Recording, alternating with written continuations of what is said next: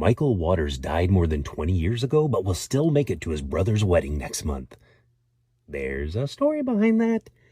This is your daily message from Chad, number 1159, to upgrade your mental game today by telling yourself a better story. Because the most important story you hear is the story you tell yourself. This message is dedicated to Brooklyn Dotson. You can get a free copy of my book, The Most Powerful Story in the World, a tool for upgrading the story you tell yourself, by going to fromchad.gumroad.com. The transcript of this message and hundreds of others are always available at www.fromchad.com.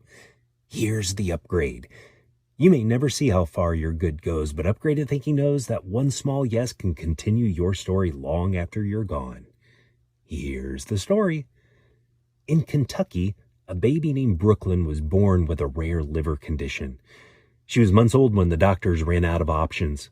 They told her mother to call the funeral home and make arrangements. The doctors gave her 3 days to live.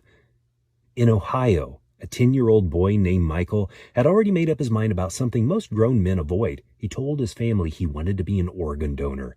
He was the kind of kid who'd do anything for anybody. He taught his little brother to ride a bike, sat with him through surgeries. His family said he was an old soul, very mature for his age.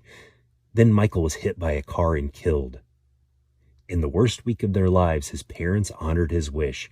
His heart, his lungs, his kidneys, his eyes all went to strangers, and his liver went to a dying baby girl in Kentucky named Brooklyn. She lived and is now 24. The two families stayed in touch. Brooklyn grew up knowing Michael's little brother, Noah, childhood friends. Then they were FaceTiming each other 8 hours a day, and it became more than a friendship. Noah proposed last Christmas to Brooklyn, and next month on September 26th, Brooklyn walks down the aisle to marry the brother of the boy whose liver saved her life. Noah said, "I had no idea my brother was going to save my wife's life 20 years later." Michael never saw any of this. He said his one yes, and then he was gone. But that yes is still moving and part of the making of a marriage. The better story to tell yourself is, my yes doesn't need to see the result.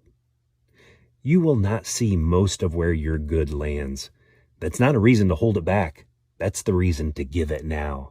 By the way, another person who will be in attendance will be the man who received Michael's heart.